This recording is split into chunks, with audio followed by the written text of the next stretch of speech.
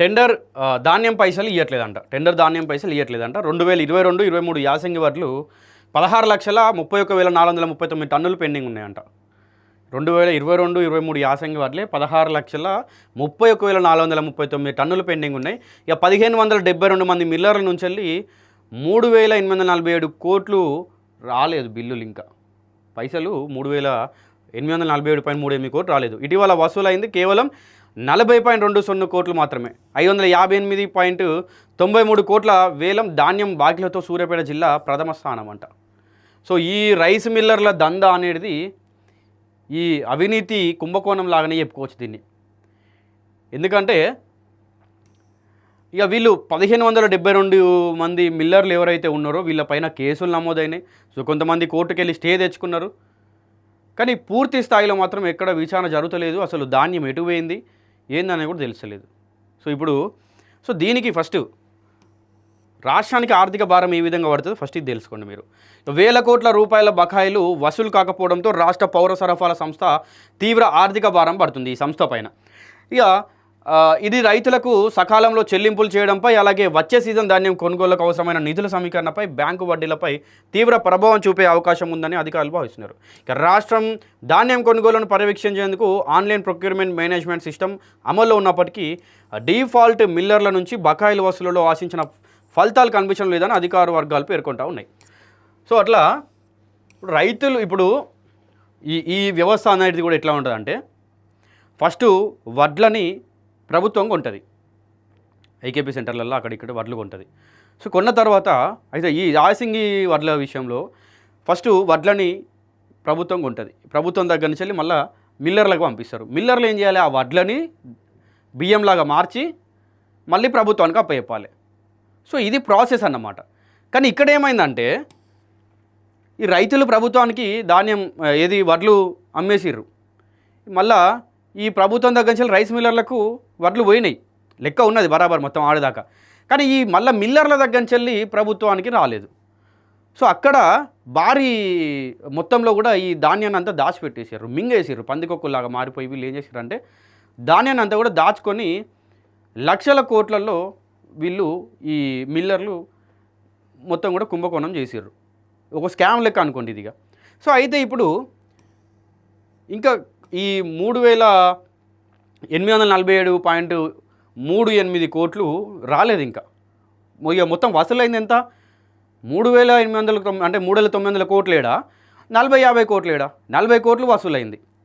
అంటే ఈ 1,500 మంది ఎవరైతే 1,600 మంది 1,500 మంది రైస్ మిల్లర్లు ఉన్నారో, సో వాళ్ళు 16,31,000 టన్నుల ధాన్యాన్ని వాళ్ళు ప్రభుత్వానికి లెక్కలు సరిగ్గా చూపెట్టలేదు. క్షమించాలి, లెక్కలు సరిగ్గా చూపిస్తున్నారు కానీ ధాన్యం ఇస్తలేరు. సో అట్లా ఆ విధంగా కుంభకోణం జరిగింది. ఈ ఒకసారి వార్త చూస్తే 2022-23 యాసంగి సీజన్లో ఈ టెండర్ ద్వారా విక్రయించిన ప్రభుత్వ ధాన్యానికి సంబంధించి ఈ రైస్ మిల్లర్ల నుంచి 1,000 కోట్ల రూపాయల బకాయిలు ఇప్పటికీ వసూలు కాకపోవడం ఆందోళన కలిగిస్తూ ఉంది. రాష్ట్ర వ్యాప్తంగా 1,572 మంది రైస్ మిల్లర్ల నుంచి 3,887 కోట్లు చెల్లించాల్సి ఉండగా ఇటీవల 40 కోట్లు మాత్రమే వసూలయ్యాయి. దీంతో ఇంకా 3,847 కోట్ల బకాయిలు పెండింగ్లో ఉన్నాయి. అంటే మొత్తం బకాయిలో కేవలం 1.03% మాత్రమే రికవరీ కాగా 98.97% బకాయిలు ఇంకా వసూలు కావాల్సి ఉందంట. సో కేవలం 1.03% మాత్రమే వసూలైంది. ఇక వేల ధాన్యం బకాయిలు 3,847.38 కోట్లు ఉన్నాయంట. 2022-23 యాసంగిలో రైతుల నుంచి సివిల్ సప్లై శాఖ 66.84 లక్షల టన్నుల వడ్లను సేకరించింది. అయితే మిల్లింగ్ చేసే పరిస్థితి లేకపోవడంతో అప్పటి బీఆర్ఎస్ సర్కార్ దాదాపు సగం ధాన్యాన్ని టెండర్ల ద్వారా అమ్మకానికి పెట్టింది. ఆ తర్వాత అధికారంలోకి వచ్చిన కాంగ్రెస్ ప్రభుత్వం పాత టెండర్లను రద్దు చేసి 2024 జనవరి 25న 38 లక్షల టన్నుల వడ్లకు కొత్త టెండర్లను పిలిచింది. ఇక బిడ్లు దాఖలు చేసినటువంటి 26 కంపెనీలకు ఈ ధాన్యాన్ని కేటాయించారు. ఈ కంపెనీలు మిల్లర్ల వద్ద ఉన్న ధాన్యాన్ని సేకరించి సివిల్ సప్లై శాఖకు దాదాపు 7,000 కోట్లు చెల్లించాల్సి ఉంటుంది. అయితే ఈ టెండర్ ద్వారా ఎంత విక్రయించారంటే, టెండర్ ద్వారా విక్రయించిన తర్వాత మిల్లులో ఉండాల్సిన ధాన్యం లేకపోవడం, కొందరు మిల్లర్లు ప్రభుత్వ ధాన్యాన్ని అక్రమంగా విక్రయించినట్లు ఆరోపణ రావడంతో అధికారులు ఫిజికల్ వెరిఫికేషన్ నిర్వహించారు. ఇక ఈ తనిఖీల్లో భారీ స్థాయిలో ధాన్యం కొరత బయటపడింది. టెండర్లో ధాన్యం దక్కించుకున్న కంపెనీలు మిల్లర్ల నుంచి వెళ్ళి 16,30,439 టన్నులు మాత్రమే నిర్దిత గడువులో వసూలు చేయలేక చేతులు ఎత్తేసినాయి అంట. సో అది అంటే ఈ మిల్లర్ దగ్గర నుంచి వెళ్ళి రిటర్న్ మళ్ళీ ప్రభుత్వం రావాల్సిన ధాన్యం అవ్వచ్చు, కొత్త టెండర్లకు ఇవ్వాల్సిన ధాన్యం కావచ్చు లేకపోయింది.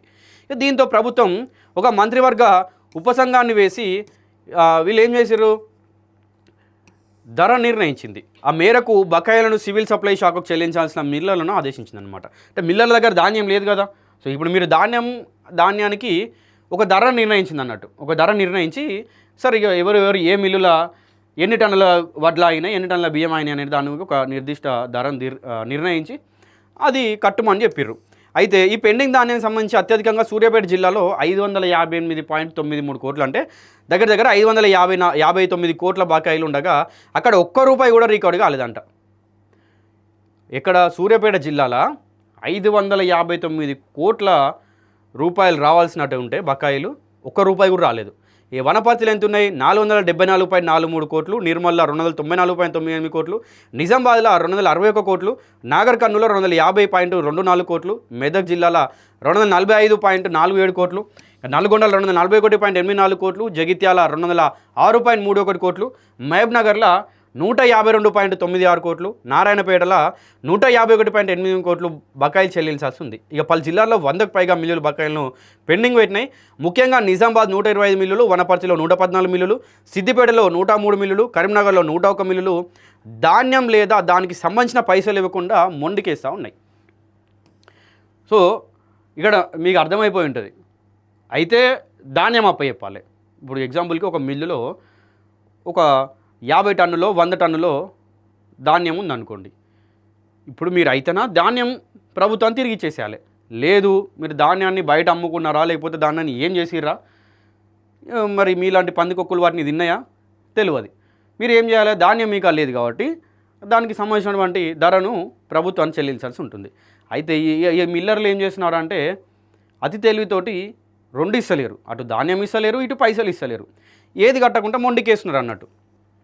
ఇక వీళ్ళపైన కేసులు నమోదైతే వీళ్ళు కోర్టుకు పోయి స్టే తెచ్చుకుంటారు మళ్ళీ కొంతమంది. దీంట్లో ఇక టెండర్ ధాన్యానికి సంబంధించిన రికవరీ కొన్ని జిల్లాల్లో మాత్రమే కొంత మెరుగ్గా ఉంది. భద్రాద్రి కొత్తగూడెం జిల్లాలో 23.33%, హన్మకొండలో 14.21%, జయశంకర్ భూపాల్పల్లి జిల్లాలో 11.56%, మహబూబాద్లో 7.38% రికవరీ నమోదైంది. అయితే మెజారిటీ జిల్లాలో రికవరీ శాతం కనీసం 1% కూడా చేరుకుపోవడం గమనార్హం అంట.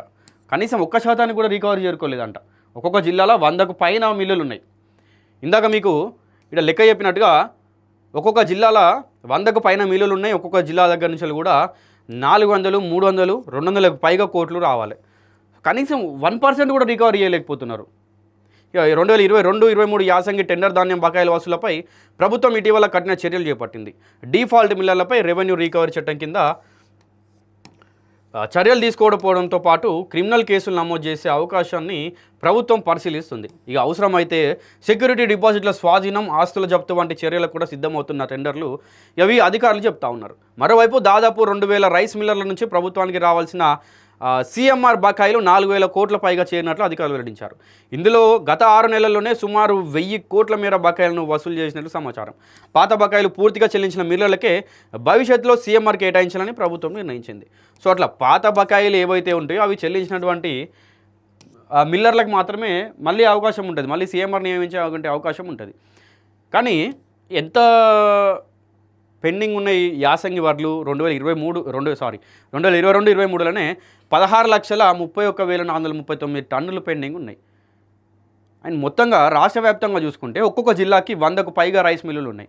ఒక్కొక్క జిల్లా నుంచి వెళ్ళి ఓ జిల్లాకు 200, ఓ జిల్లాకు 300, ఓ జిల్లాకు 400-500 కోట్ల వరకు రావాల్సి ఉంది. సో కనీసం మరి ఒక్కొక్క జిల్లా నుంచి వెళ్ళి 1% కూడా ఓవరాల్ స్టేట్ వైజ్ చూసుకున్నా కూడా 1.03% మాత్రమే రికవరీ అయింది. ఇంకా 98.97% రికవరీ కాలేదు. సో మరి ఇంకా దీన్ని ఏం చేస్తారు, సివిల్ సప్లై శాఖ ఏం చేస్తుంది, సివిల్ సప్లైకి సంబంధించినటువంటి మంత్రి ఏం చేస్తాడు అనేది చూడాలి ముందు. మరి వీళ్ళపైన అయితే కేసుల నుంచి కొందరు అయితే స్టే కూడా తెచ్చుకున్నారు కోర్టు నుండి.